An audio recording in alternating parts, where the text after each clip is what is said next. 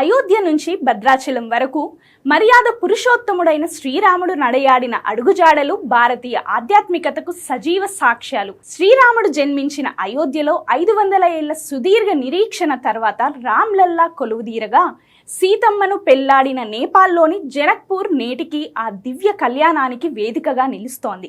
అరణ్యవాసంలో భాగంగా చిత్రకూటంలో 11 ఏళ్ల పాటు గడిపిన రామయ్య అహల్యకు శాప విముక్తి కలిగించిన బీహార్లోని అహల్యస్థాన్ వరకు ప్రతి ప్రదేశం ఒక అద్భుతం.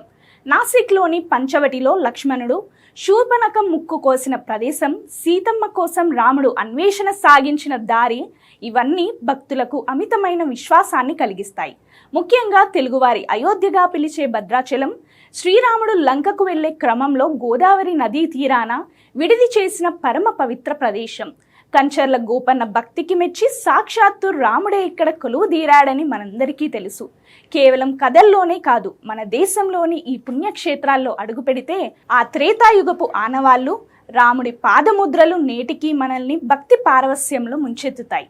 ధర్మాన్ని నిలబెట్టడానికి రాముడు నడిచిన ఈ బాటను ఒక్కసారి దర్శించుకుంటే మన జీవితాల్లోని కష్టాలన్నీ తీరిపోయి ఆ సీతారాముల పరిపూర్ణ అనుగ్రహం లభిస్తుంది.